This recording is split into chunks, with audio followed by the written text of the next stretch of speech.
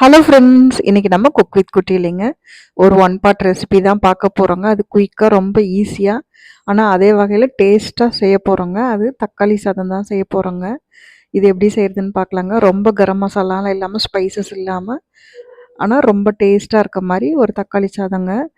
இது லஞ்ச் பாக்ஸுக்கு நீங்கள் பேக் பண்ணி கொடுத்தீங்கன்னா குழந்தைங்க விருப்பமாக சாப்பிடுவாங்க. அந்தளவுக்கு டேஸ்ட்டாக இருக்குங்க. ஒரு ஸ்பூன் சோம்பு எடுத்துருக்குங்க. அதை இது மாதிரி ஒரு கல்லில் இடிச்சுக்கிறேங்க. நீங்கள் மிக்சியில் கூட சும்மா பல்ஸ் மோட்டில் வச்சு கிரைண்ட் பண்ணிக்கலாங்க. பூண்டு வந்து ஒரு 8 பூண்டு போட்டிருக்கேங்க. காரம் வந்து உங்களுக்கு தகுந்த மாதிரி எடுத்துக்கோங்க. இது பச்சை மிளகா மட்டும்தான் சேர்த்து போகிறோங்க. மிளகாத்தூள்லாம் எதுவும் சேர்த்த மாட்டோம். கரம் மசாலும் போட போகிறதில்ல. அதனால் பச்சை மிளகாவோட காரம் மட்டும்தாங்க. அதனால் அதையும் எல்லாம் ஒன்றா ரெண்டாக இடித்து வச்சுக்கோங்க.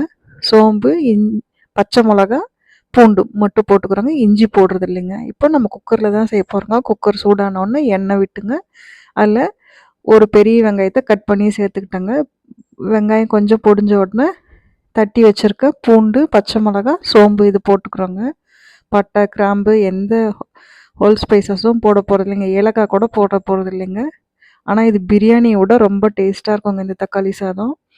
இப்போ இது வெங்காயம் வணங்குறதுக்காக கொஞ்சம் உப்பு சேர்த்துக்கிறேங்க. இந்த பூண்டோட பச்சை வாசம்லாம் நல்லா போகிற மாதிரி எண்ணெயில் வந்து நல்லா வதக்கி விட்டுக்கோங்க. இது கொஞ்சம் கலர் மாறின உடனே மஞ்சத்தூள் சேர்த்துட்டுங்க.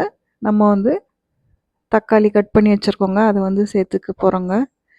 நான் ஒரு 4 தக்காளி வந்து கட் பண்ணி வச்சுருக்கேங்க. 2 டம்ளர் தான் அரிசி எடுத்துருக்கேங்க. அந்த அரிசி வந்து நம்ம சாப்பாடு செய்வோம் இல்லைங்களா, புழுங்கல் அரிசி, அந்த அரிசி தான் எடுத்துருக்கேங்க. பச்சை அரிசி, பிரியாணி அரிசி, பாசுமதி அரிசி எதுவுமே தேவையில்லைங்க இதுக்கு. நம்ம புழுங்கல் அரிசியிலேயே செஞ்சோம்னாவே அவ்வளோ டேஸ்ட்டாக இருக்குங்க. உதிரி உதிரியாக இருக்குங்க. காலையில் வந்து பசங்களுக்கு அவசர அவசரமாக சாப்பாடு வந்து செய்ய வேண்டியது இல்லைங்க. இது வந்து டக்குன்னு வந்து சீக்கிரமாக செஞ்சிடலாம். லேட்டாக ஒரு நாளைக்கு இருந்துட்டால் கூட இது மாதிரி வந்து செஞ்சு கொடுத்துருங்க. அவ்வளோ டேஸ்ட்டாக இருக்குங்க. இந்தளவுக்கு பாருங்கள். தக்காளி நல்லா வதங்கின உடனே நான் ஒரு 1/2 அன் ஹவர் பிஃபோரே வந்து அரிசி மட்டும் ஊற வச்சு வச்சுருக்கேங்க. இப்போ கொஞ்சம் கொத்தமல்லி போட்டுக்கிறேங்க. புதினா போட வேண்டியதில்லை. கொத்தமல்லியோட ஃப்ளேவரே போதுங்க இதுக்கு. கொத்தமல்லியும் அதே மாதிரி எண்ணெயிலே நல்லா வதக்கி விட்டுக்கோங்க. உங்களுக்கு கொஞ்சமாக எண்ணெய் இன்னும் தேவைப்பட்டதுன்னா கொஞ்சம் எண்ணெய் கூட சேர்த்துக்கலாங்க. நான் கம்மியாக எண்ணெய் போட்டிருக்கேன். உங்களுக்கு எண்ணெய் தேவைப்பட்டுச்சுன்னா இன்னும் கூட கொஞ்சம் கூடுதலாக பிரியாணிக்கு சேர்த்துற மாதிரி கொஞ்சம் எண்ணெய் சேர்த்துக்கலாங்க. இப்போ வந்து நல்லா வதங்கின உடனே அரிசி பாருங்கள், நான் கொஞ்சம் ஊற வச்சு வச்சுருக்கேங்க 1/2 அன் ஹவர் பிஃபோரு. அதனால் 2 டம்ளருக்கு 4 டம்ளர் வந்து 2 டம்ளர் அரிசிக்கு 4 டம்ளர் தண்ணி சேர்த்துக்கிட்டேங்க. இந்த தண்ணி நல்லா கொதித்தோடனே நம்ம அரிசியை சேர்த்து தண்ணியும் அரிசியும் சம அளவு வந்த உடனே மூடி வச்சு லோ ஃப்ளேமில் வச்சு விசில் போட்டுற வேண்டியதாங்க. இது செய்கிறதுக்கு கண்டிப்பாக ஒரு 20 நிமிஷத்தில் இந்த சாப்பாடு செஞ்சிடலாங்க. ஆனால் அவ்வளோ டேஸ்ட்டாக இருக்குங்க. நீங்கள் போய் ஆஃபீஸில் இந்த லஞ்ச் பாக்ஸை திறந்தாவே அவ்வளோ வாசமாக இருக்குங்க. அந்தளவுக்கு இது வந்து வாசமாகவும் இருக்குங்க, ரொம்ப டேஸ்ட்டாகவும் இருக்குங்க. வித்தியாசமான டேஸ்ட்டில் இருக்குங்க. குஸ்கா மாதிரியும் சொல்லலாம். இது வந்து செமி பிரியாணி மாதிரியும் இருக்குங்க. பிரியாணினா இஞ்சி பூண்டு பேஸ்ட்டு போட்டு செய்யணுங்க. கரம் மசாலா எல்லாம் போடணும். இது கரம் மசாலா இல்லைங்க, வெறும் பூண்டும் பச்சை மிளகாவோட ஃப்ளேவரே போதுங்க. அவ்வளோ டேஸ்ட்டாக இருக்குங்க. கண்டிப்பாக இந்த ரெசிபி வந்து சேவில் போட்டுட்டு ஒரு தடவை ட்ரை பண்ணி பாருங்கள். அப்புறம் நீங்களே நினைப்பீங்க, ஆமாம் இது நல்லா இருக்குன்னா. அப்புறம் அவ்வளோ அடிக்கடி வந்து இந்த மாதிரி தக்காளி சாதமே தான் செய்வீங்க. இது நான் ஹாஸ்டலில் இருக்கிறப்போ வந்து இந்த மாதிரி தான் செஞ்சு தருவாங்க. ஹாஸ்டலில் தக்காளி சாதம் அப்படின்னாவே அன்றைக்கி சாப்பிடாதவங்க கூட வந்து சாப்பிடுவாங்க. அவ்வளோ டேஸ்ட்டாக இருக்குங்க.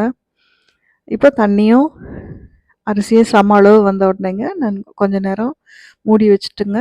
இப்போ பாருங்கள், நல்லா வந்து தண்ணி இருக்கிற ஸ்டேஜில் வந்து நம்ம விசில் போட்டுட்டுங்க. கண்டிப்பாக லோ ஃப்ளேமில் வச்சுடுங்க. லோ ஃப்ளேமில் ஒரு 5 to 7 மினிட்ஸ் வச்சா போதுங்க. நான் எடுத்துருக்க அரிசிக்கு ஒரு 7 மினிட்ஸ் வச்சேங்க. நீங்கள் அதிகமாக அரிசி எடுத்திங்கன்னா அதுக்கு தகுந்த மாதிரி, உங்கள் குக்கருக்கு தகுந்த மாதிரி நீங்கள் விசில் விட்டு எடுத்துக்கோங்க. அவ்வளோதான் பாருங்கள். ஆறினோடனே எடுத்துகிட்டு நம்மளோட உதிரி உதிரியான சூப்பரான தக்காளி சாதம் வந்து ரெடி ஆகிடுச்சுங்க.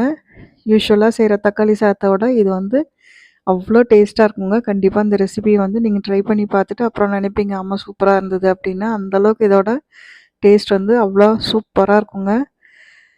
இது கூட வந்து இன்றைக்கி நாங்கள் தயிர் பச்சடி வச்சு சாப்பிட்டுட்டு உருளைக்கிழங்கு ஒரு ட்ரை ஃப்ரை மாதிரி செஞ்சுருந்தோங்க. அதோட ரெசிபி கூட நான் உங்களுக்கு ஷேர் பண்ணுறேங்க. இந்த பொட்டேட்டோ ரோஸ்ட்டு அவ்வளோ டேஸ்ட்டாக வந்ததுங்க.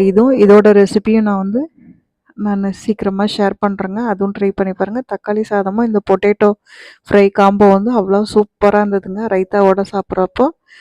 தேங்க்ஸ் ஃபார் வாட்சிங். தேங்க்யூ.